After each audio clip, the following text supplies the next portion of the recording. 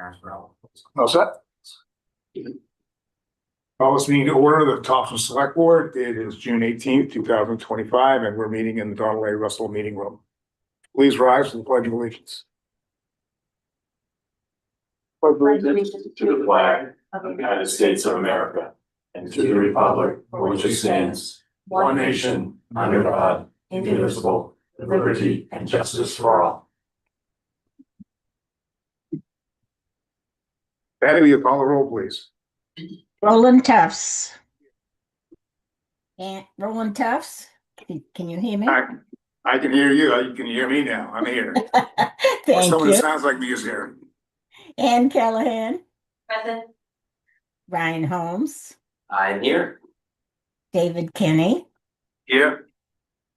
and Mike Labby, Present. all present. Thank you. Town Manager's Report. Good evening. Welcome to two of our Bowdoin interns, Margaret Unger and Kimberly Nugent. We're out in the back of the room right now, waving very forcefully. They're interning with the town manager's office, and then we have another intern, Ann Thompson, that's in Randolph, that's interning with the planning office. You'll meet her at some point in the summer as well. Congratulations to Chief Hagan, who was honored by the Law Enforcement Against Drugs and Violence organization for his leadership efforts and commitment to the program in the schools. He, along with School Officer Matthew and Officer Sampson, have instructed approximately 250 seventh grade students in the past 2 years in the program. For the second year in a row, the Trek Across Maine will be coming to Topsham tomorrow, Friday, June 19th. The bicyclists will come across the Androscoggin bicycle path, then up the Forsyth Road, including a rest stop at our Forsyth Field complex. Please use extra care on the Forsyth Road tomorrow. Watch out for bicyclists. Our passport clerk is retiring, so we'll stop taking passport applications on July 2nd. We'll post a list on our website of other locations where passports are available. Non-emergency services in the transfer station will be closed on Friday, June 19th for the June 19th holiday. The transfer station will be open regular hours on Saturday, June 20th. And then in 2 weeks, to switch it up a little bit, town offices and the transfer station will be, town office will be closed on July 3rd. The transfer station will be open on that day, but the transfer station will be closed on Saturday, July 4th. And then just kind of a scheduling note, we do have some items for July 2nd, one of which will probably be time sensitive. So we'll keep that meeting on the books if that works for you guys. And I think I've heard from at least one person that might not be here July 16th. Are we going to have a quorum that night? I guess is my question. Yeah, I won't be here on the 16th. I'm gonna call in, but I'll be here. I'm having knee replacement, so I can't join. Okay. And I think you're unavailable that night too, right? That's correct, yeah. So what, so it was Ryan, Mike, and Piper, the board? Right. Okay. That's it. Great. Any questions? Thank you. Up next, let's see, committee reports, none tonight. Any public comments? None?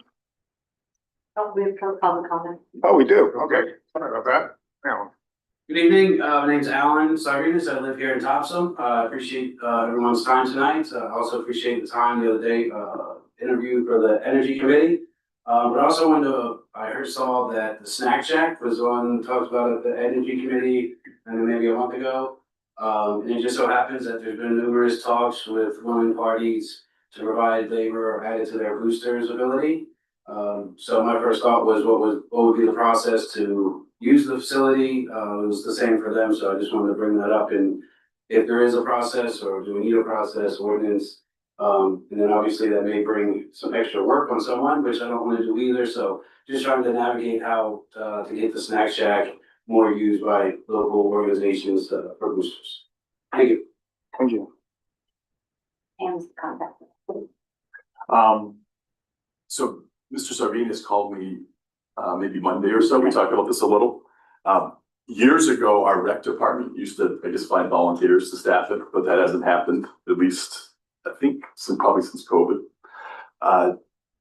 We still have refrigerator, popcorn maker, hot dog steamer. So we've got the potential perhaps that we could partner with organizations. I don't know, you folks would decide the terms of it, but maybe it's a rent that gets paid and then they can keep the proceeds for what they do. Another one of our intern projects is actually to work on a policy for both the rental of the field, public property, basically, the fields, snack shack. The other thing we have to check is vitreous licenses. I know at one point we'd had a question in the zoning about whether we could have like a food truck in the parking lot of the Forsyth Field. And currently we can't do that because of zoning. So the project I've been selling to the interns is that they would do the research into zoning, what you need for health, like for instance, you might be able to sell prepared stuff in bags, but not actually make food there without certain things. So it would include the researching of what we could do, sell, and then talk about what terms you would say lease either the fields or the private parties. So that is on our docket for this summer to work on. So I would expect to see something back probably no later than your first August meeting. If you want us to work on that, so absolutely. Makes sense. Saying down by the bridge already decided we have that down there now, or that need to watch over will take care of that? When we gave like the design of what we wanted for that, we included enough power so that you could, and an outlet or of the type needed, so you could plug a food truck in there.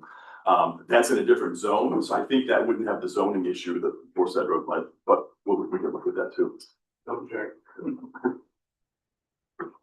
That seems like a good topic to look into before soccer season. Right. Great. Any questions from you? No? All right. Correspondence. Anything this week? No. Adjustments to the agenda. We have no adjustments. Consent calendar. Approval of the minutes of the regular select board meeting held on May 21st, 2026. Do I have a motion? Don't. Second. Moved and seconded. All in favor? Motion carries. Next up, we have a public hearing, 2660, consideration and any appropriate action on approving a new marijuana business license application, manufacturing facility, review for High Peak Edibles, LLC, tax map R05, lot 056-2, 12 Center Park Road. The And applicant.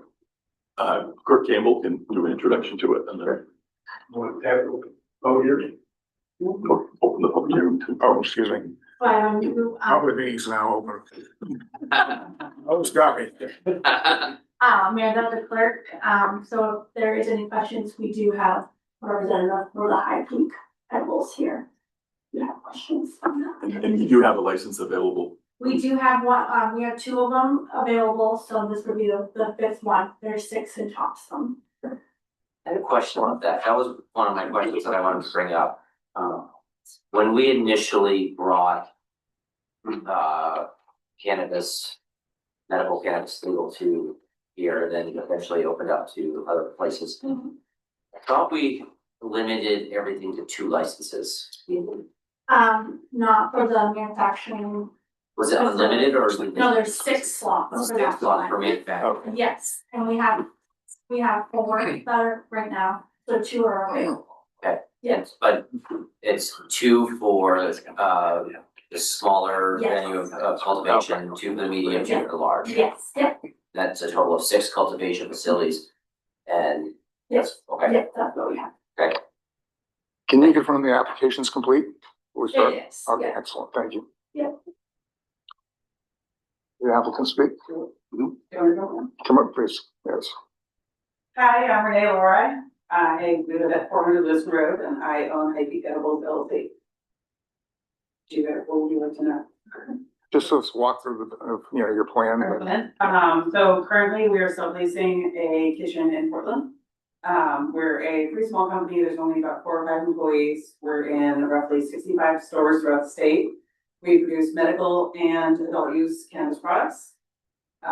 We are looking to move to Topsham because we're subleasing and our lease ends at the end of summer. And we live on Lewiston Road, which is right across the street from Center Park Way. So it means that I can not drive to Portland every day. And one of my longest employees also lives here. So we're looking to expand to a larger warehouse and keep producing as we do. We don't want to do any retail or cultivation. We're basically just a commercial kitchen. We have like deliveries of food products like native Maine and stuff like that, but we won't be creating like a ton of traffic or anything. So we're pretty mellow. I already own another business in Topsom and we've been here for the last 12 years. What business do you own? Landry's Confections. We do chocolates and wedding cakes and dessert boxes and things. Yeah, it's pretty much, it's just us. Any questions?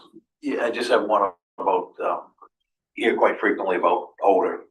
Yeah. People complain about odors and, and I'm just curious, is that gonna happen there? Is there a system in place to deal with that? Or how does?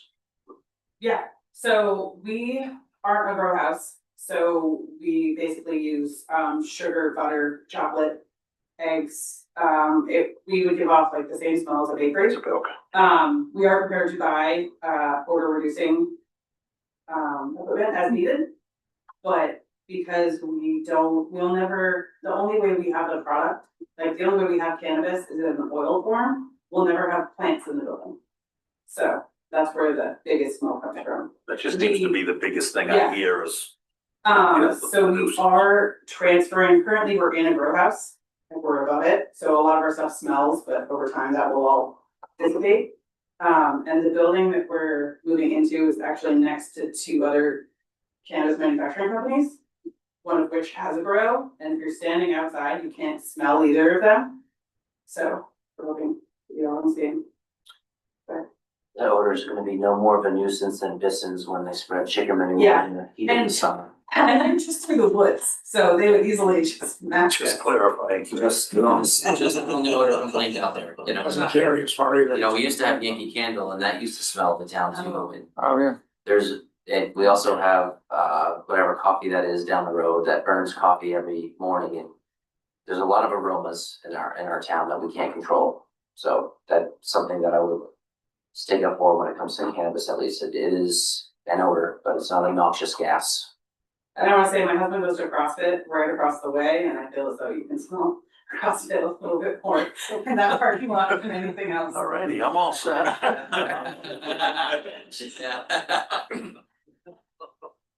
Any questions? I don't have any questions. I have questions. That's the public has a comment. Since it's a public hearing, does anyone in the public here or online have any questions? Okay. Guess all the other questions were addressed, so that's good. All right, I think we will now close the public hearing. Thank you.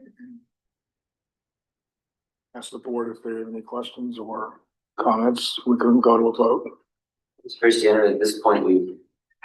Cannabis has been a part of Topsom now for almost a decade, believe it or not, and it's becoming one of more of those, I don't wanna say boilerplate, but as long as the application is complete and they can build all the stuff, I think we're in good hands. All right, I'll take a motion on the item. Are we taking action to approve this Yes. during the public hearing? Oh, no, Oh, you closed it, I so closed now it, we're. yeah. Got it.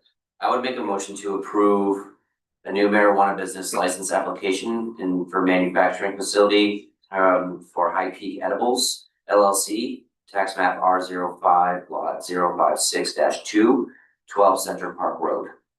A motion with a second. I'll second. Moved and seconded, all in favor? Motion carries. Also, thank you very much. Thank you. Unfinished business, none. Old business, none. On to new business. 2661, consideration of any appropriate action to apply for a safer grant for fire department staffing. Deputy Chief St. Pierre.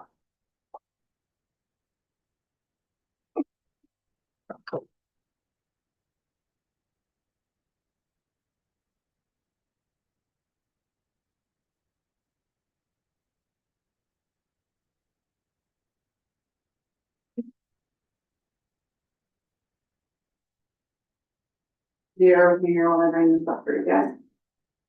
Deputy Chief St. Pierre, I'm here standing in for Chief Gordon. He's on vacation. He won't fly back in until tomorrow. So we are coming to you, the board today, in request for permission to apply for the 2025 Safer Grant. That is a grant for staffing for adequate fire and emergency response. They just released it in May. It's a $324 million grant that will award approximately 190 fire departments staffing grants. And our fire department falls right under their purview of the technically outcome more pretty improvements. I'm sorry, can you just repeat how many fire stations will benefit from this? They estimate approximately 190 fire departments. And did you guys get your informational piece on this? What was the total, the grant 324 million, divided by 190 places? yes, That's nationwide. right? nationwide. Yeah, we have a lot of competition. Is that 190 nationwide? Department, yes, yeah. See if that equates. Alrighty, so we just kind of want to touch on a base on a few different facts, because I didn't want to overwhelm you with like a 5-page document information for you. We do have that as well, if you would like that. Community trends, obviously Topsham has evolved into a major regional hub, but our staffing has remained stagnant and the same. It creates dangerous divergence between community demand and department capacity.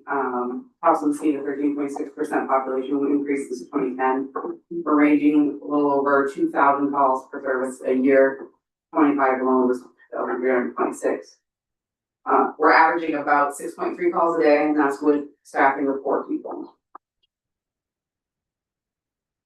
And just kind of give you an idea of what our regional growth has been looking like. Topsham's at about 13.6%, Cumberland County's up 12.6%, Androscoggin's 8%, and Saginaw County in general is 7.6%. So we're kind of well above the curve there. We're obviously a commuter transit check, choke point with 295. And as we continue to increase our commercial properties here in town and our housing with the retirement community in town, it's obviously increases our rate of call as well. When we ran numbers for our safer grant application, we were able to see that we had about 868 hours of under minimum staffing. We consider our minimum staffing of 4 people on 24 hours a day. 868 hours last year, we did not have other minimum. Of the call volume that we had last year, 43% of the time we had overlapping incidents, which means while we were out on an ambulance call, we had an additional fire call or an additional ambulance call at the same time, which leaves our department with no staffing, or we have to call in mutually in order to help cover the emergency calls that are happening in town. Can you explain, Chief, why the reason behind the 868 hours and how it relates to per diem and full time? Yeah, so this is one of the major reasons why we're seeking out this grant, and I think I might hit on it later, but we'll hit on it right now too.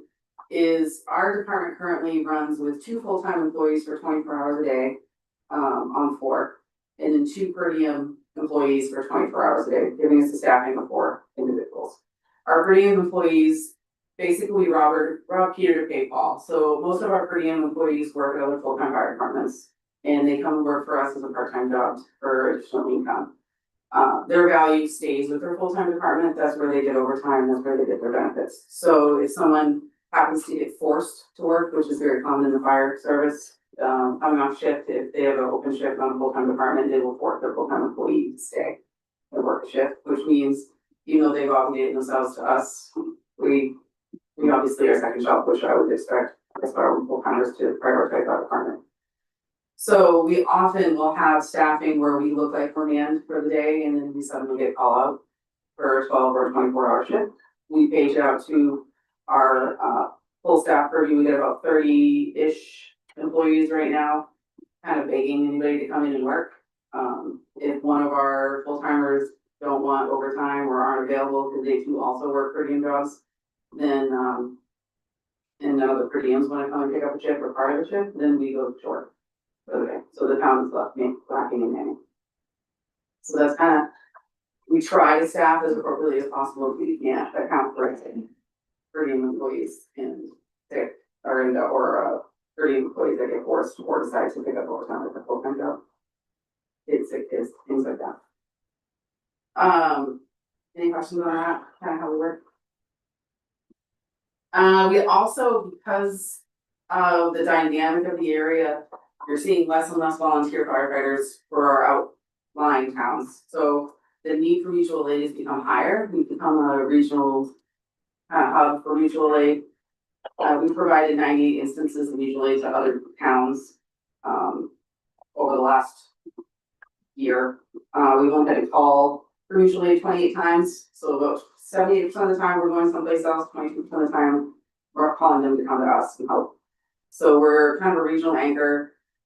We do cover about 14 jurisdictions in the area to help out with staffing, because we usually do have good staffing when everyone's ever.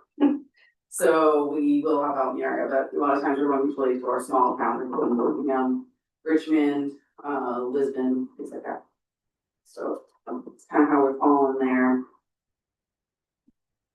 So we are mission critical infrastructure for the primary responder for Maine natural gas. We have a major line that comes to the town. We have the I-295 corridor. We help out state police on a regular basis on the highway, even if they have a call that's not utilizing our ambulances, our fire trucks will go out there and assist with traffic control, and vice versa. And obviously, we have a large power lines corridor. Actually, our crews are out on a power lines corridor. So, a lot of infrastructure in town. So, kind of rolling back to what our solution is. What we're looking at is applying for the SAFER grant to ask for 4 full-time career responders, which will allow us to place 1 full-time responder on each shift. We have 4 shifts to help ensure the consistent minimum staffing. This will give us a guaranteed 3 people, with 1 being left as a per diem. Our target audience for these positions are going to be EMT paramedics or advanced paramedics, so that they can provide advanced life support care. These cases would be looking at basic EMTs, but our ideal would be to be hiring paramedics in advanced communities, or those who are currently in school to get those licenses. Just because we are getting increase in rising up complexities in town. We have no order base, we have no more commercial. We're trying to move towards the NFPA 1710 standard, which just gives you compliance with minimum staffing on trucks. Right now, if we go to a structure fire, we send it vehicles out with 1 person on an ambulance, 1 person on a ladder truck, and 2 people on a fire engine. And that's all you get that shows up for a thing for your house on fire. How the cost sharing structure works for this grant is, if we are blessed enough to be awarded the grant, the community will be in charge of the first 25% of the salary base for the first year. Second year, they will be in charge of 25%, and then the third year, the town will be in charge of 65% of the salary base. So we did kind of averages of Kathy work numbers for us and what our averages are for our license level of providers that we have working full-time and per diem, and added in benefits and things like that. So this is kind of where we got our numbers from, or what the town's percentage or portion would be for this.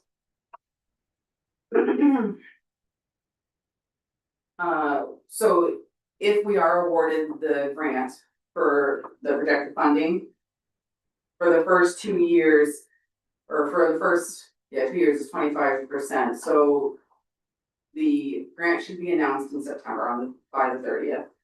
We are given 180 days for a recruitment period to hire new hires. And then immediately it starts a 36-month period for performance.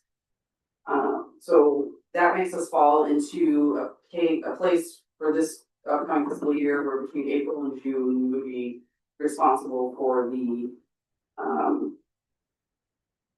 for salaries, which obviously is not budgeted in. So we worked directly with Kathy to kind of figure out how could we do this financially responsibly for the town,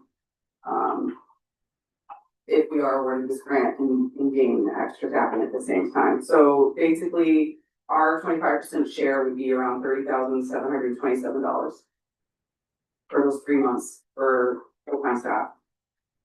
The cost of 4 per diem employees for the same amount of time costs around $66,000, $66,500. So what our vision would be, if we are awarded this grant for the first 3 months, replace 2 of the 4 per diems with full-time staffing, add 2 full-time staff to the other 2 shifts, and then maintain 2 per diem on two of the shifts, which would give us a shift of 5, a shift of 5, a shift of 4, and a shift of 4 staffing, and it would not change the expected amount of money or impact to our budget for that 3 months. So we're not adding anything extra that we have to ask for to get through this next budget cycle. And then we would come to you for next budget cycle to fund the additional parts. And the thought is that starting July 1st of 27, we would have 3 full-time on each shift and then try to have 2 per diem given. So, Yeah. so if someone cancels out because they have to go to their regular job, Yeah. instead of having 3 gone, we've got 4. Our ideal 4 on. scenario is to, at minimum, get us back up to 5 per shift so that we do have that extra staffing. One of our big concerns is we don't have the standard of 2 in, 2 out. So when you have a structure fire, you should have 2 people out for every 2 people in. So that if something happens, you can rescue. Right now, we already have, one of those people are the incident commander, one is the pump operator, and the other 2 are in fighting fire. So if something happens, then those outside people have to abandon spots. It's not safe. Right now, we rely on what we call code 21 callbacks. So they've been effective. We don't have much of any of a volunteer source anymore. So basically when we call for code 21, which is callback, that means that we've got crews that are out of town. We've got multiple calls going on at a time and we're requesting staffing to come back to the stations and man the stations so that our community is covered. We've had multiple incidences lately where we've had apparatus that we've had to abandon on the side of the road. We had a recent cardiac arrest on 196 where crews had to come from the hospital and station in downtown, so we had multiple apparatus on the side of the road. All of them transported the patient to get to the hospital, and we had to rely on police department and wait for crews to clear up to get a fire truck back on the side of the road. We've had another, this is not uncommon, but a pretty good mass casualty accident about a year ago that resulted in the same thing. It creates a significant psychological distress on our responders, knowing that they're calling for help and they can't get anybody to come in from our own town. We're relying on mutual aid, which is also dealing with the other patients on scene. So we're just trying to manage mental health of our employees as well as make sure our accounts covered. So how this works for sustainability, phase 1 award is we secure funding and then start recruitment. Years 1 and 2 is 25% town share, stabilization of the shift coverage and reduction of burnout, which is our biggest hope. Mental health is kind of a big subject in the fire service right now. Year 3 is 65% town share, integration into a base municipal operating budget, and then by year 4, the 100% funded by the town and permanently elevated the service standard.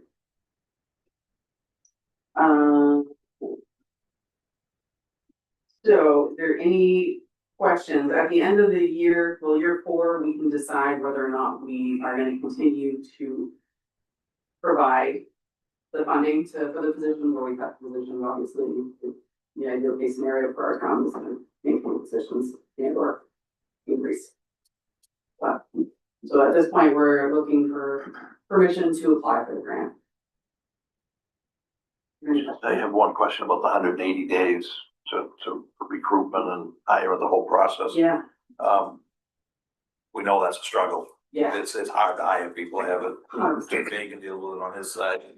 So if that 180 days clicks, is it gone?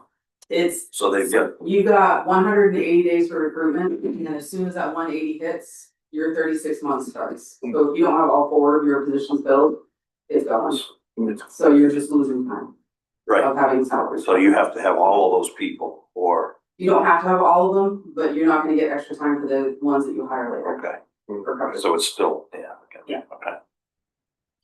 You can still hire afterwards, yes, you're losing time. You're Correct. You hire them in the city, you're still doing 25%. If you hire them in the 3rd year, you're paying 75%. Right. Yeah, and in the meantime, your staffing numbers are not. And if I understand this correctly, even though we have a 25%, 25%, 65% coverage Mhm. year to year, it's still less than what we budgeted currently, considering that we pay much more per diem. Using this rate to cover our 3 months of leftover of this budget, yes. Oh, yes. Yeah, sorry, yeah, the point card is significantly less. Because the 25% is of the salary or the salary and benefits? Salary and benefits. Okay, so it's flat 25%. But I thought wasn't for longer term beyond this year. We're not trying to supplant current positions. So the only way we could kind of make the numbers work for the April to July 1st period was to basically supplant or to take out a couple per diem positions. But our goal, and if we could have, the timing of this grant was different, we would have just proposed this as we're adding a full-time position, still trying to fill 2 on each shift, so we've got a total of 5. We wanted to do that as of July 1st to 27. So in essence, as of July 1st to 27, we're still already paying 2 full-time for each shift, 2 per diem for each shift. And we would be paying 25% of this new position for each shift and then 25% the following year. So our goal was to kind of grow the department for this, Yeah. but we couldn't do that as of April 1st because we don't have enough money to pay for 2 per diems for every shift, plus pay the 25% of the new full-timer. Unfortunately, saver granters weren't released until May, so it didn't give us an option to try to plan ahead for that. Well, thank you for the graphs. I'm a visual person. I love that. It's interesting to see the actual numbers of growth that Topsham is having and the more recent explosion of growth that's happening, as we build out new apartment complexes that are going to add hundreds of people to this town.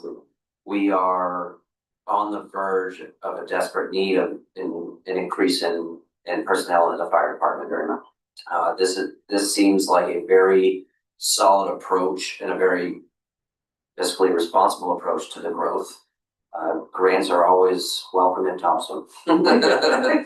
So thank you guys for filling this out. Yeah. This is a good option for Topsham. I got one question. So the committee makes a decision in terms of who is awarded these. What do we need to do to be on top of that list in our application? Applications are due next week, so. No problem. But we were hoping and assuming it would be supported, so we've already got most of our bidding is already done. I'm not sure how much more than facts, it's like you don't get to write dissertations to them and plead your story, unfortunately, so. Mostly demonstrating need. Yeah. Yeah. So you have to show need and, numbers, Okay, which we didn't pull a lot of that for that. that's great. Thank you. Once Good you keep luck. that data. Yeah, and our software that we use for managing our calls and, all of our information about the departments. We'll pull a lot of data. Anything else? If this doesn't get awarded, or if you allow us to apply and it doesn't get awarded, you're probably gonna hear the same pitch again next February. Yeah. But our goal is to try to get grant money first, so Yeah, that's. see if we can do it as quickly, Absolutely. easy as kind of possible. Great. Thank you. Something we approved, or do you? We had- Okay. Well, because you said that. Anyone want to read a motion out for us? Sure. I make a motion to apply for a safer grant for the fire department staffing. Second. Moved and seconded. All in favor? Good luck. On to 2662, consideration and any appropriate action to approve and accept the Emily Street maintenance agreement for stormwater management facilities between Next Generation Developers LLC and the Town of Topsham, and authorize the town manager to execute the final agreement. Mayor Franklin.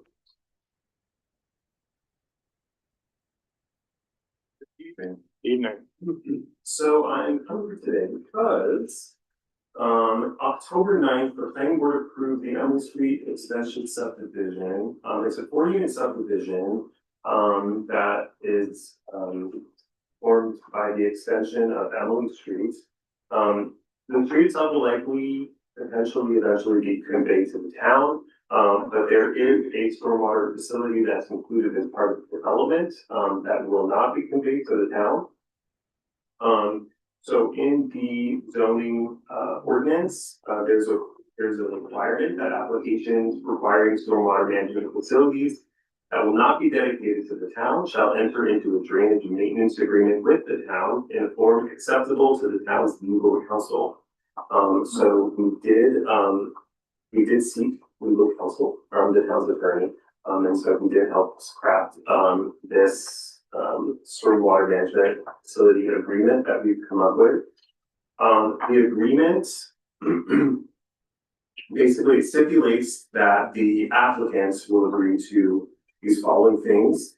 So one, they'll inspect, clean, maintain, repair, the stormwater management facility at least annually. On an annual basis, they'll have the stormwater management system inspected by a qualified post-construction stormwater inspector. They'll repair any deficiencies in the stormwater management facilities noted during annual inspections.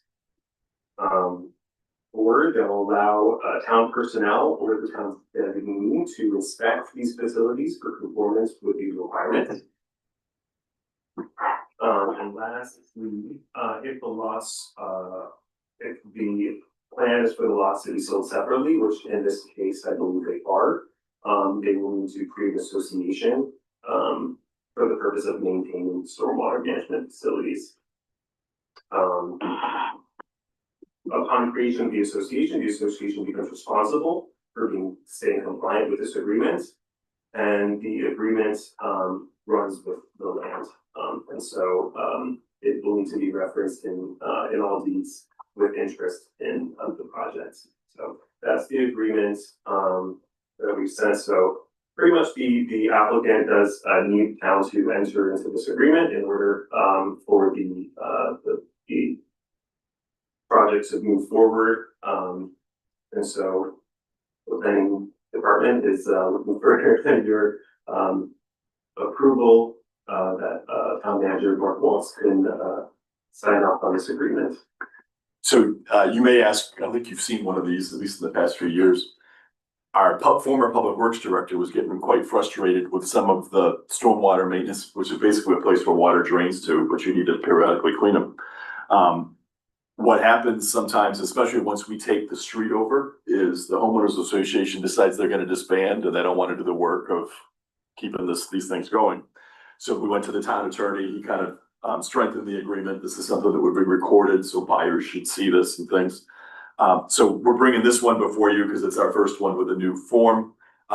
If you decide, after the next one or something that you don't want to have to see these every time, you could just authorize me to sign it in general. But for now, we wanted to let you see this and understand why we're doing it. And it's basically to try to keep our public works department from having to do work that private people should be doing. So for these third-party inspections that are gonna happen, I assuming they're gonna issue a report to the town? Yes, Okay. and so they'll be required to annually provide a report. They don't reach out. And who that will be sent to? It'll be sent to the public works department. All right, so they would escalate any findings Yes. on their end. Okay, And we talked to them about that. all right, great, thanks. Do these drainage, or does the drainage connect to the Topsham drainage that we maintain? No. So for the Emily Street one, it's a dry basin. Where basically any stormwater that falls on the street, it goes into it's directed off the street into that basin and it will just percolate into the ground there. That they gotta clean up the leaves and all the other stuff. Yep, to make sure it's working. Is there, I don't even know if we have the authority to do it, but is there a penalty if they don't do what the contracted service says? So, but if they don't clean it out, what if they don't issue the report? Do we just issue them a strongly worded letter every time? So they would be in breach of the agreement. I'm not sure what the next legal steps that it gives us. We could take an enforcement action. We'd have to involve the town attorney, but take an enforcement action against hopefully the homeowners. I tried to convince him that we write into like a lien authority in this, but I didn't convince him. The town attorney. So it still is gonna involve legal actions and legal fees, but this is better than what we've got now. So we're taking baby steps, and if I can find a way to ever convince the town attorney to give us lien rights on people's, if they didn't maintain it, then we can get that far, but we don't have that yet. So how do we know this is in need of being serviced or cleaned out, or, I mean, how would we know if they were, let's say, violating it? Do we wait until it's a problem and then have to, so it's not like a maintenance schedule that our guys go around town and clean out these things. Exactly. They've got a rotation, but probably an association wouldn't. Yeah. So now we gotta react to a problem rather than have, is that the way this is? Yes, well, there are two ways. They have to get a certified professional to annually submit reports. That is in good working condition, so it will be, looked at annually. Secondly, which isn't really baked in, but if someone were to come to the town and say, hey, they're not keeping this up and doing their job, this agreement gives us the right to, go and take a look at it, and we can send a peer review engineer, and we can determine if it needs to be upped, if their population is being treated. We had one development in town last year, 2 years ago, that someone was complaining to the public works director, hey, there's a bunch of leaves in our infiltration pond and it doesn't seem like it's working like it should. And then it was actually the neighbor putting them in it because they were blowing them off their lawn and pulling it in. So that's the frustration. I know this is trying to help alleviate some workload from our public works. Could this homeowner association pay a fee to have the public works clean them out when they're needed? That would be outside of the agreement. It would be privately owned by the homeowners association, so it's not even under my understanding, that's not even under the purview of public works, because it's not. Until they disband and try to donate. Sounds like it's the same thing as like private fire hydrants. So you should. That don't belong to the water, it's the association, it's their responsibility to maintain that. Yeah, exactly. So it's, Any other questions? Okay, entertain a motion. She's getting her voice back, so that's good. I'm not used to it. No, go ahead, Ann. I make a motion to approve and accept the Emily Street Extension Maintenance Agreement for Stormwater Water Management Facilities between Next Generation Developers LLC and the Town of Topsham, and authorize the town manager to execute the final agreement. Okay, we have a motion, we have a second. Second. Moved and seconded, all in favor? Thank you. Thank you very much. Thank you, John. Thanks, John. Item 2663, consideration and any appropriate action on various appointments to boards and committees. Brian.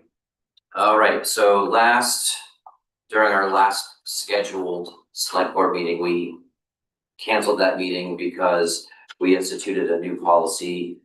Whereas we were interviewing all candidates that were up for re-nomination, if their terms were expired, it was a chance for the select board to stay connected within the committees and then the boards.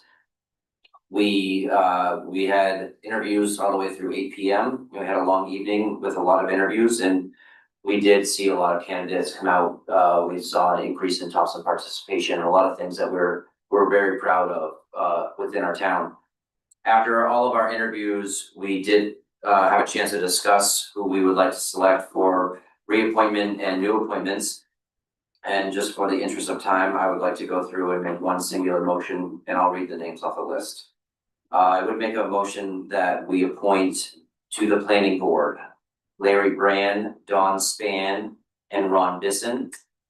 I would make a nomination that we are also including in that nomination that we appoint Alan Sardinas to the Energy Committee, that we appoint Paul Rossignol to the Water District, that we appoint Bill McDonald to the Zoning Board of Appeals, that we appoint Dean Dang for the Topsham Housing Authority, appoint Nathan Cloutier and Brian Robinson to the Topsham Development, Inc.,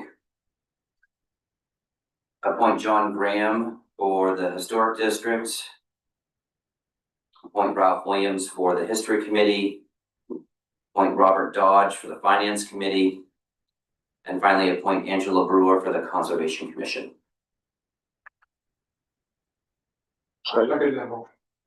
No in favor? Motion carries. Thank you. Thank you to everybody that did apply, and to all of the Topsham residents that are showing their faith and participation. And it is very enlightening to see the increase. So happy to see that. Thank you. Item 2664, consideration and any appropriate action on annual appointments.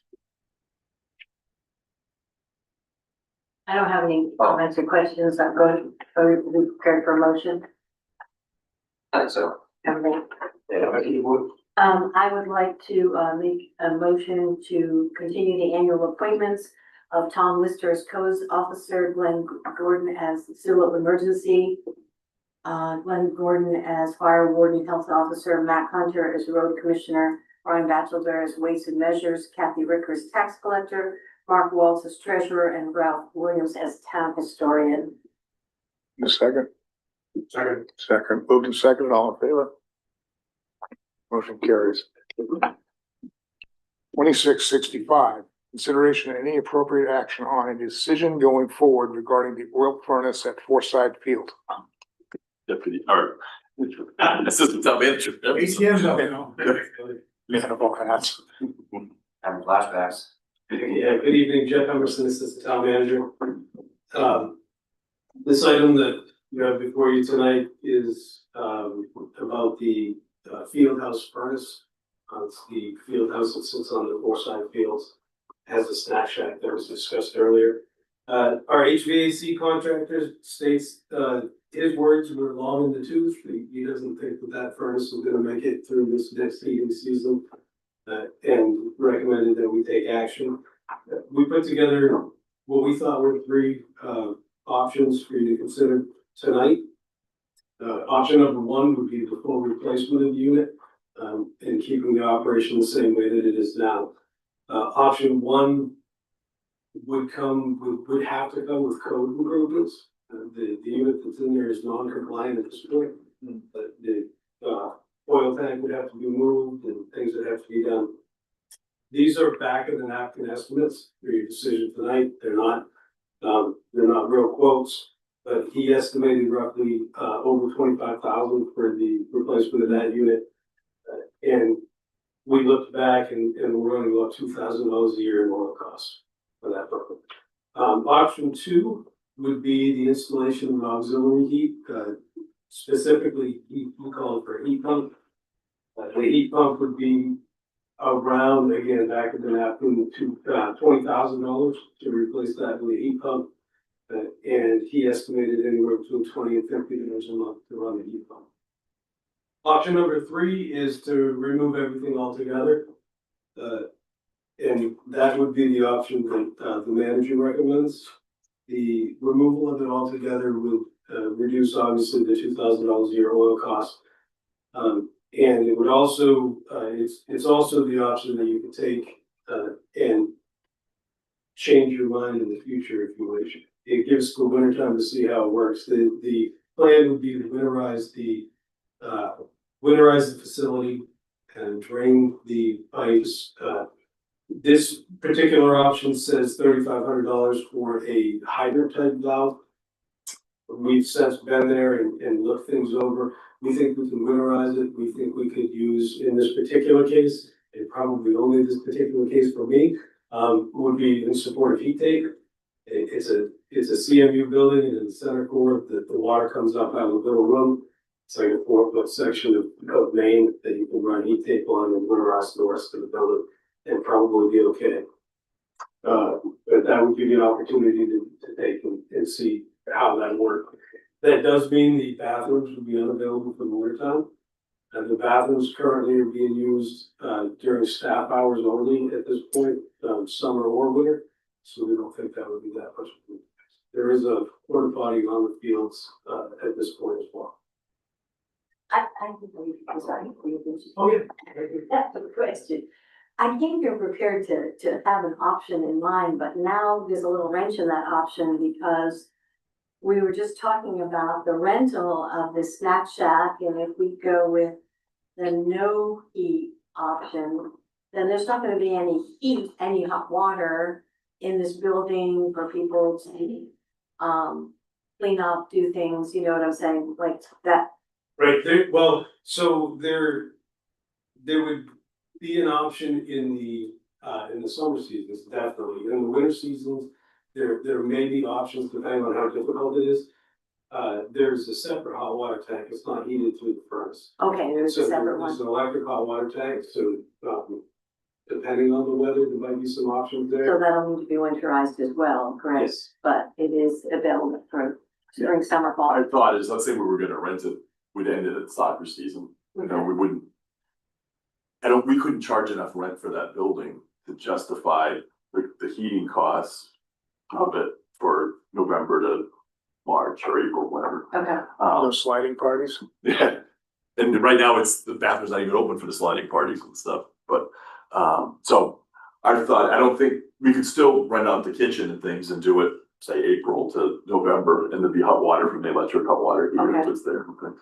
I just didn't know it was connected to the furnace, that's why I was asking. Yeah, and this plan does allow for, water use as well in the winter time for the ice skating rink. Right, It doesn't, right, I saw that. it doesn't interfere with that. Right. Well, that answered my question. I don't have any other questions. So you run the furnace until it dies, basically. Well, till it's not freezing, shut it off. Yeah, I think, I guess that would be up to you, right? I think we run it until Till the end of the season? till the end of the season, and I think, or until the beginning of the heat season, that we could run it temporarily, or to the fall. If it's not gonna make it through the season, it makes more sense for us to try to winterize that place and practice it for a year than it does to try to look along the first, in my opinion. Because the expense to repair it would be, Yeah, we spent $600, this last round, and it's gonna continue to go up, I think. And it's, like I said, it's about $2,000 a year more.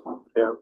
And when we looked at what we're really using it for, it's like, we're basically heating a building all winter for, we have a staff member, I guess, might use the bathroom, but the staff member can use the bathroom at Public Works or here or something. It's the square footage of that building. 30 feet. It's pretty tiny. It's very small. That Very was, small. There's two bathrooms on one side, and then there's a center core, that houses the furnace and some supplies, and then there's just. it's less than 500 square feet though, right? I mean, it's a pretty tiny building. And it was built by the Seabees a few years ago. I mean, not a few, probably Is it 15 years ago. insulated brick Yeah. or concrete, blocks? No, I don't believe it's insulated. I think it's basically just to see a new block structure. I question whether it was intended for wintertime use. Yeah. It doesn't seem for the amount of use that we have used historically and currently, it doesn't seem feasible to continue heating it in general. Although heat pumps are great, it's a small enough building. I don't think that's necessary. I agree with the town manager. I think the best option here is to remove the heating apparatus because we can always add something down the road if we choose. That could also be something as we get into an idea of booster rentals. Maybe that could be part of their fundraising, is if they wanted to use it more in the fall, wanted to heat. Maybe that could be part of what they're raising money for. We'd let them use it for whatever cost or for no cost Yeah. and have them put it in. But it gives us options down the road. And I do agree. I think that if we're gonna do it, we might as well try it for a winter. There's no need to spend money that we don't need to spend. And if we needed to down the road, we probably could. Well, if you can do it right now, we're saving anyways. Is there natural gas out there? Does that go that far? I don't know. Yeah, No. Yeah, I don't think there's natural gas on the Forsyth Road. I think it goes up Middlesex, but. I didn't know if it went beyond that. Be nice. Is it library natural gas? Might go as far as the library. Yeah, so maybe go as far as the library, that's probably it. All right, we ready to make a motion? Sounds like you had a very well-defined one. Well, I make a motion to authorize the town manager to proceed with option 3, removal of the oil-fired heating appliance with no planned replacement. Second. Moved and seconded, all in favor? You don't come Thank you very much. That'll probably live 10 more years. Great. I didn't know, Ryan, if you wanted to donate the heating system. No one raised my hand for like extended period of time. I can see on Anything their. else? All right, next. Then we're doing a daily double here. It's got a triple actually. Oh, okay, look at that. 2666, consideration of any appropriate action to adopt changes to the town's personnel policy specific to firefighter holiday compensation and Juneteenth. Evening, Jeff Emerson, the Assistant Town Manager, again. Nice to see you, John. Thank you.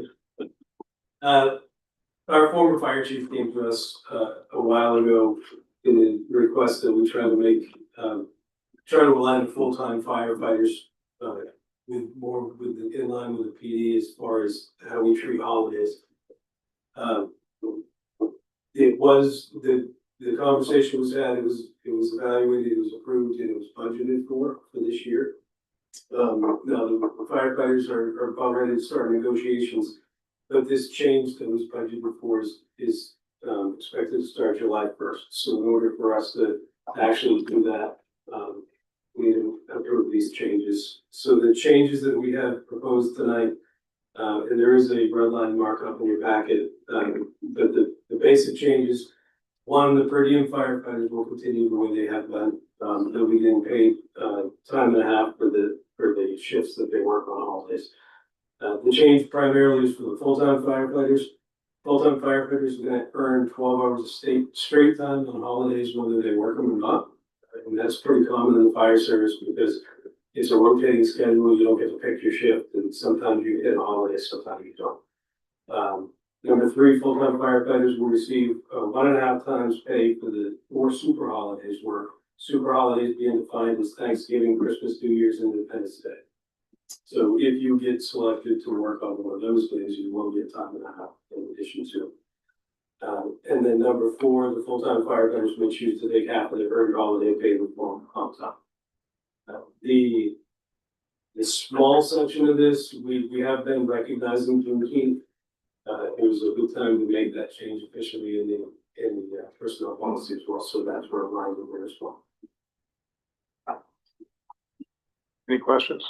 This one, decide this Juneteenth, Sorry. decide this year or Tomorrow. Oh, well, the There's some- Juneteenth is just, the Juneteenth is just the ordinance language to catch up. The holiday thing will start on July 1st. Okay. There's something else in the personnel policy that says that we recognize state holidays, so Juneteenth is off tomorrow just for that reason, but we thought since we have a list of specific holidays, we should probably add it to that too to keep it all consistent. Mhm. So the holiday pay, does that only apply to individuals that are scheduled to work that day? Or does every firefighter get holiday pay for that, whether they work or not? Well, the full-time firefighters, whether you work or not, will get 12 hours of holiday pay for every holiday, Got it. whether you work or not. And then the 4 super holidays, you have to be working those days to get the time and a half. And did I hear you right? You said this was already budgeted for, this is just a language thing for this time? I'm correct, I think it's saying. It's already in there, budgeted it's for- already in there. Yeah, it's proposed to start July 1st. Last year when the chief came to us and said, the firefighters would like this, at the time, it's about $30,000 to do it. And so we told them that's not in the budget, we can't do it. But we had Kathy cost it out and it was added to the money we had in the fire department budget. So we were planning to bring this to you at some point to put it in so we could actually pay it. Then they asked for the union, so we knew we were gonna have to negotiate a union contract. But our first negotiating session isn't until next week. And our thought is our town's union attorney went back to them in April and said that here's the things we already budgeted for this year. Our plan is to continue with them unless, if you have an issue with us, tell us. And then our thought is that we'll be basically negotiating their stuff for beginning of 27 so that we've got a chance to budget for it. So some of the things benefit the town that were planned, some of the things benefit them. One of the things that benefited the town was, as you know, we had to start paying the Maine paid family leave, the insurance program we've got starting May 1st. All other employees that weren't in a union had to start paying 0.5% of their salary. The firefighters were planning to do that. All our other unions also agreed to do that, so they were also paying that. We had this holiday change that would benefit the firefighters, that was supposed to go into effect. We also had townwide union contracts, non-union was the 4% wage increase, they would get that. But we're phasing out town paid disability insurance because there's a fair amount of overlap with that and the new paid family medical leave.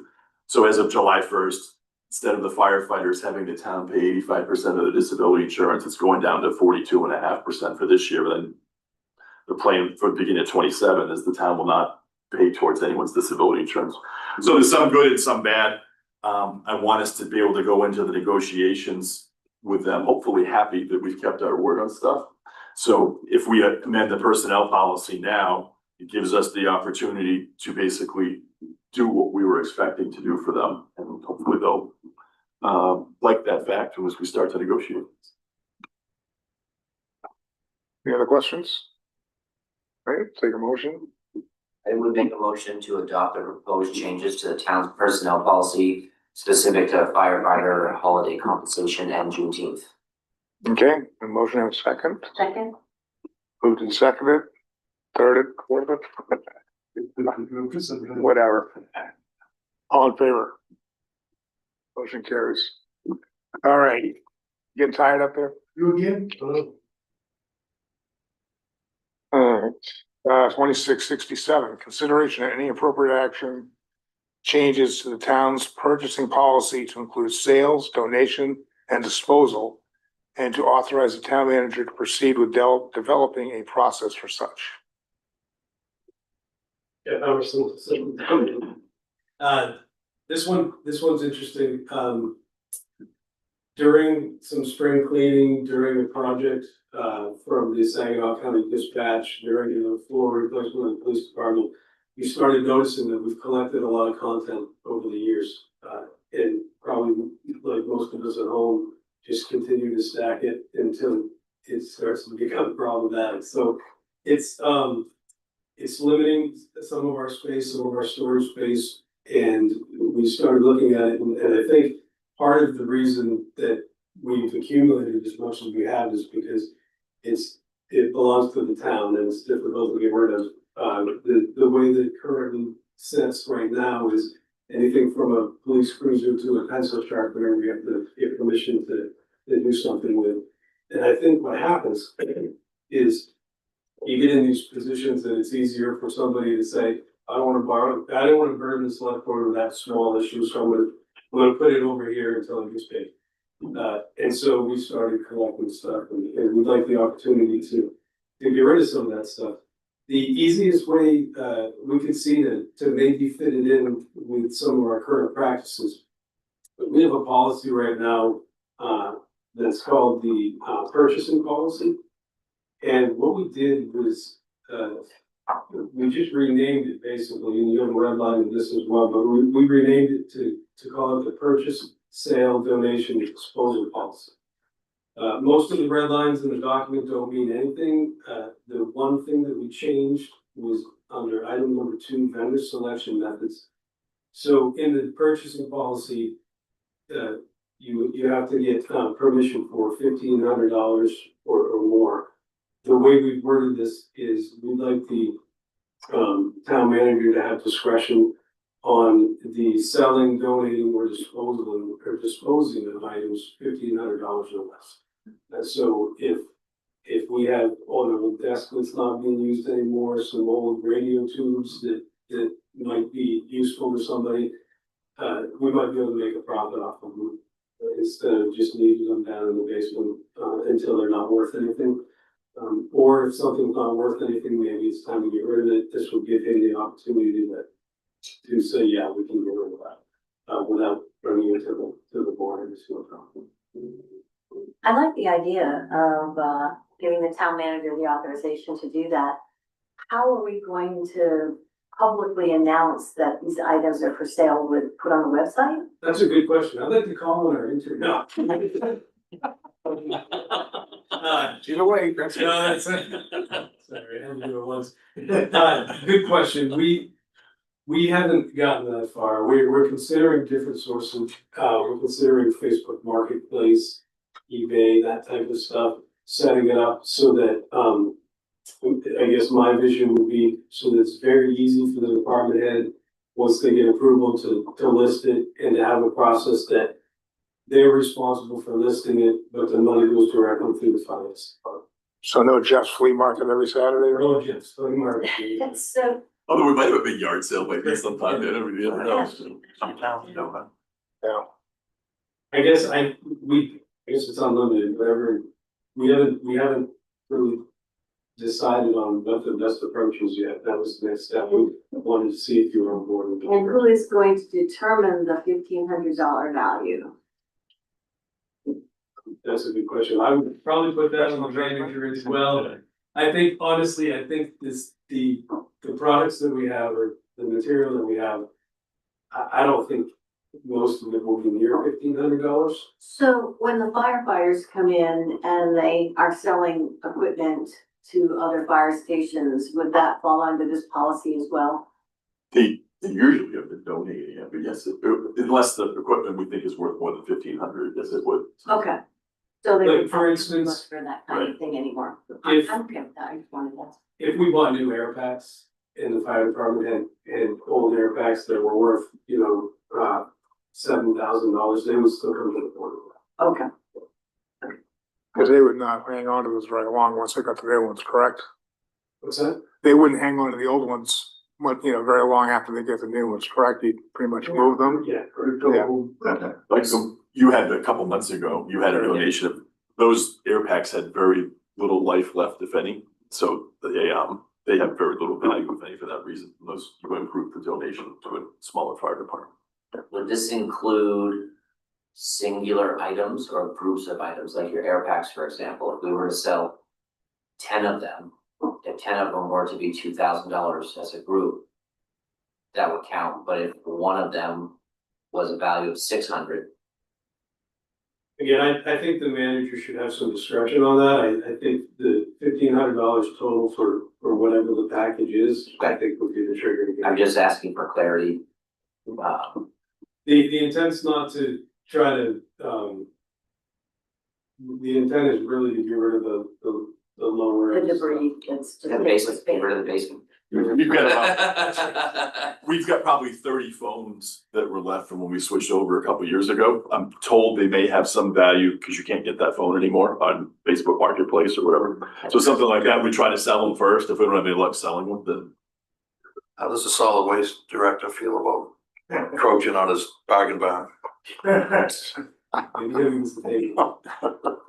We don't have. I'm talking, what brought this up, that the right place, the wrong time, right for this?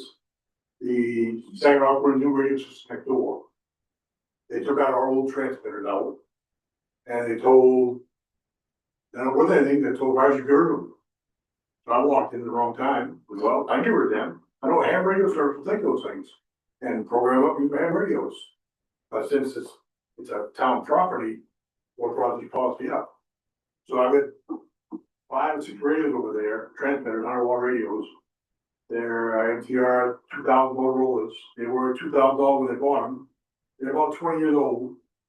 They still have life to them, but you can buy them remanufactured about $600 online. To get rid of them, I'm just going to give them to the ham radio operators. But then this came up, that's what's came out and get told them. So that's why I probably didn't really want it already. Cause I had shown what it was, and I gave it to them. But I have 6 others over there, 5 or 6 others over there that's haven't done anything with it because this came up. So to get this properly done, we're here tonight with this. But when you asked how do you pick groups, if you were gonna give it away, the ham radio, if we had a big emergency, the ham radio actually are prepared to help out with EMA directors and stuff. If we can give probably if we were selling those, Mike, would you get $50 for one? Probably come on, $200 probably both. Like I said, the end of there. That's not, that what our plan would be if this policy went through. Yeah, that is, But that's what I was planning on, getting ham radio operators and things. yeah, And that would be, Just like an in-kind service. yeah, less is more. and they're quite large and quite heavy, so they've got to get removed there. Boat anchors. They are night boat anchors. And the other, to be honest with you, if we were going the way they were gonna go, the fire should go in the dump.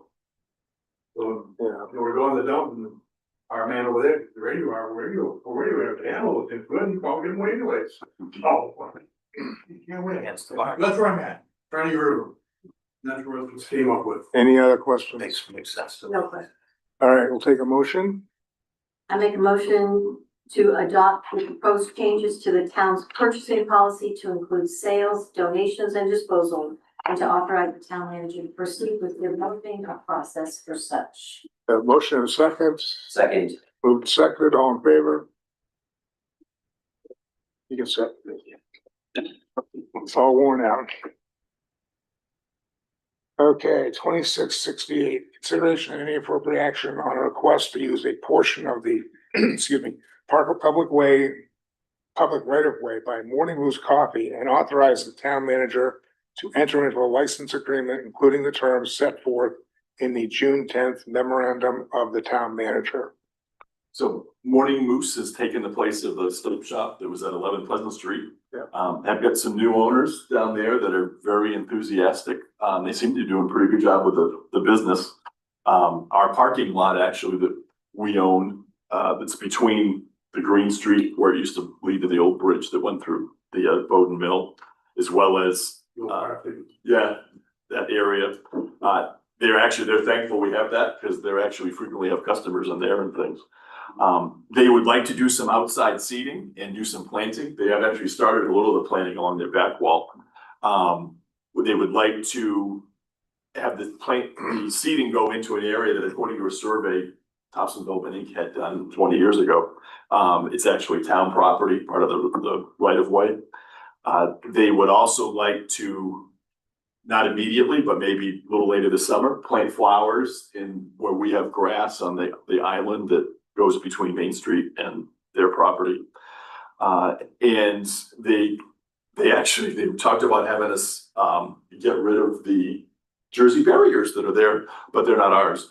But I talked to Public Works Director Hunter, and he said he thinks he probably could, before the summer was out, they could actually put sidewalk in there, and then we'd take the Jersey barriers for other purposes. Planning department thinks it would be great to get rid of that access to Main Street. It would look better to have the Jersey barriers gone. And this wouldn't be the first time that we actually have leased one of our town streets to a business. There's an agreement from about 20 years ago that a portion of the Panera parking lot is actually located within the Topsham Fair Mall right of way. There's something in the agreement that gives us an ability to end it if we wanted. So what we would propose is a license which is basically a temporary easement, to Morning Moose that would allow them to use a portion of our right of way, basically between where it's currently grassed and their current area, to produce some seeding, plant some flowers, and then later plant flowers in the rest of that island. If they did that, they have to keep it in good repair. Either party could terminate on 60 days notice. Would also ask for them, since they'd be having people they'd invite and maybe putting some structures, basically the planters in part of our right of way. We'd want them to have an insurance policy that indemnifies the town against if someone were to fall or something there.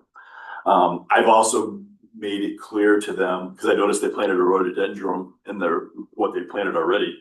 And I said, I think you'd want to just do like annuals or perennials or something in the area next to the sidewalk, because we put snow there in the winter. And they said they understood and they understand that we wouldn't be responsible for any damage caused by the flowers because of us putting snow there, or some sand would get blown in, and they were fine with that. So these would be the terms of an agreement. We'd work up with them if you approve this. Any questions? So the yellow shows where the sidewalk will go. Yellow shows the area where they would be allowed to do things. So either put table or planters or plant stuff. So currently, a lot of that yellow is the curb island. So they could just, I think I included a picture they did that showed what I guess I didn't include the picture. They actually had a picture that was pretty good. I'm looking at it. It looks bigger than. So, but they would do a bunch of, that's the picture. So it looks like it would be be inviting, encourage people to walk downtown and enjoy things more. Well, So this is- there used to be a gas station, now it's Generous gas station. Right. Getty Station. So that little grass strip is only 5 feet wide, maybe? Not even that probably, yeah. So I just thought, that picture doesn't make sense to me. Yeah. The picture looks. Probably it was AI that did that picture. I'm sure it is, and which is fine, I don't know how they're gonna, are they gonna use part of their parking lot too as part of the Oh, seating? absolutely. That's what they're gonna try The to, plan is to use their parking lot, but to have it frame bordered by these planters. So it could end up that only the planters actually on our piece or something, Got it. but and the parking lot that's next door is where the cars would go. they basically would have, well, I guess they could be planting parking cars where they want to do the seating. So that's gonna get converted, but most of their current parking spaces are up against the island perpendicular, and they would keep those. I mean, they're into our parking, but it's our parking to support businesses in that area. It's there basically just because, or they're into it because there's no place else to park on that area. So it's tight. But it's kind of nice to see it benefiting a business, because for a long time. I see a lot of people walking across that new bridge with coffees in their hand, so it's, taking the walk, doing that. And by the end of the fall, we're gonna have our new pocket park built. Look, they're starting on that now for their construction. So if we get that built and they do this landscaping improvement here, pretty much from the bridge to Green Street, will look pretty nice. Yeah, be a nice place to walk. Have small donuts. On an unrelated note, Brunswick Downtown Group has approached us about sharing the cost of putting some Christmas decorations on the bridge. And I referred them to TDI, and TDI is interested in that. So we could actually have some upgraded Christmas decorations in that area, and this work in the new pocket park, and it look pretty sharp. I've also noticed on the light post, they've added flagpoles. Right. So, yeah. And there is power lights up there already, so. Yep. Any more questions? Okay, take a motion. I make a motion to grant the request to use a portion of the public right of way by Morning Moose Coffee and authorize the town manager to enter into a license agreement, including the terms set forth in the June 10th memorandum of the town manager. Second. Second. Moved and seconded, all in favor? Great. All right, 2669, consideration of any appropriate action to authorize the town manager to execute the proposed energy clinic client engagement agreement with the energy clinic at the Vermont Law and Graduate School Institute for Energy and Environment. Not a very long. Wow. I'm gonna call up Energy Committee Chair Stephanie Gardner and thank her for patiently sitting through everything else. This whole time. Sorry that you're on the last agenda item. And you had to wait all this time. It's all. Gonna make it worth it though. Definitely gonna be worth it hopefully. So the current charge for the energy committee is, around, helping the town navigate the proposed grid scale battery storage facility at Bisson Farm. And in particular, helping the town write the ordinance that would, help govern any development outside of, zones where that type of use is already permitted. And so in the fall, when our charge was issued, I had reached out to the Vermont Law and Graduate School. I went to school there for my master's degree. So I was familiar with them, and I knew that they had helped municipalities in New England, primarily with community solar projects, but other kind of clean energy projects. So I reached out to them asking for resources. They sent me a bunch of really valuable information, including some model ordinances that other states, like Massachusetts has a really great one, New York. So the Energy Committee has been reviewing all those materials and finding them helpful.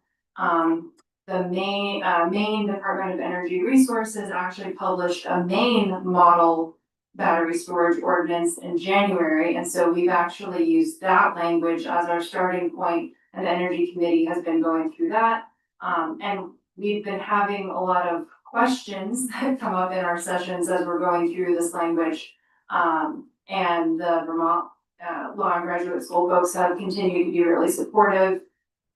They even, the visiting professor, Kurt Mayland, participated in our public education session in February, I think it was, and presented on these types of projects for our community. And so as we've been working on the ordinance and we've been asking them for help, it has, the opportunity has come up for us to more officially engage with them and get their assistance moving forward. And so that's what this engagement agreement, is about. So the scope is really around providing guidance, mostly legal and regulatory guidance, help finalizing drafting our ordinance language. If there's an opportunity to have a host community benefits agreement with the developer, if the development actually gets to that serious stage, they would be able to advise us and help us out,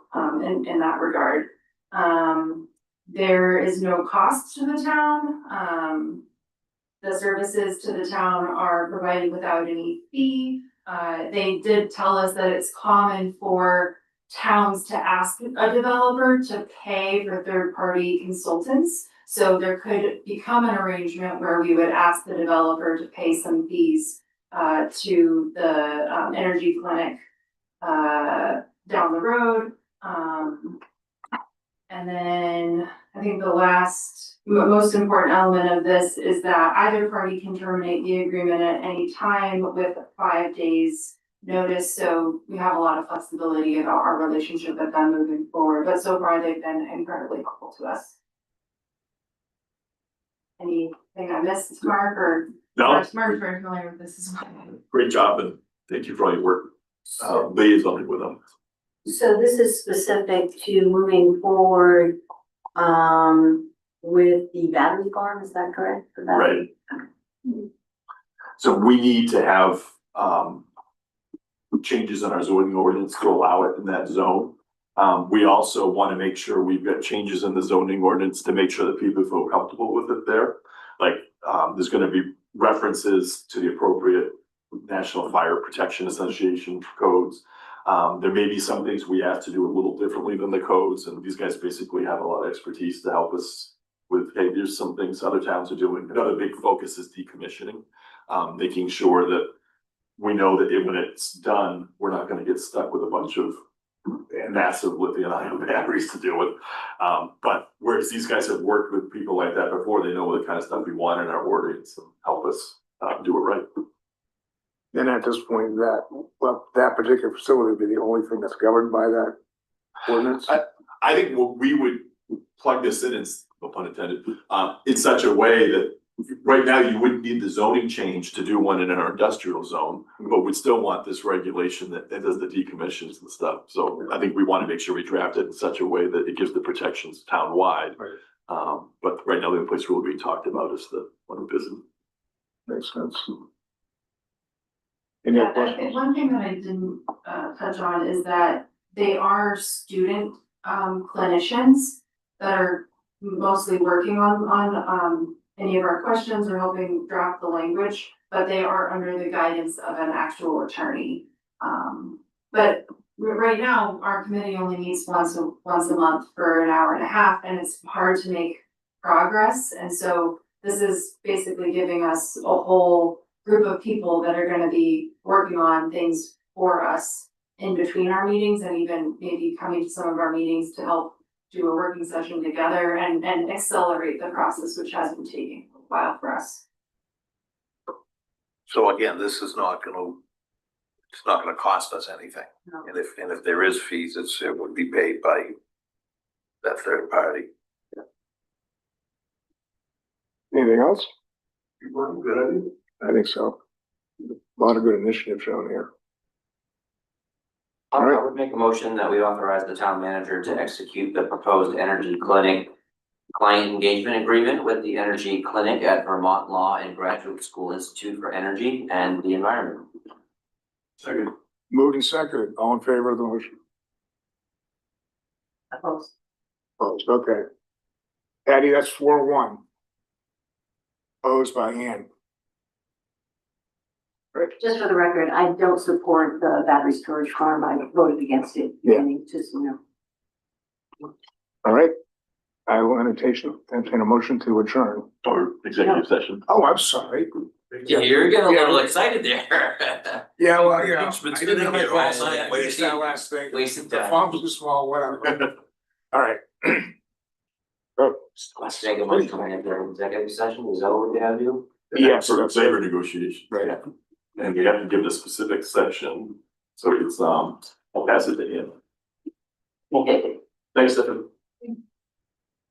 Oh, you want me to read? Sure, yeah, because I can't make a motion. Oh, okay. I make a motion to enter into executive session pursuant to 1 MRSA 4056D to discuss labor negotiations. Second. Moved in second, all in favor? We're in executive session. Thank you.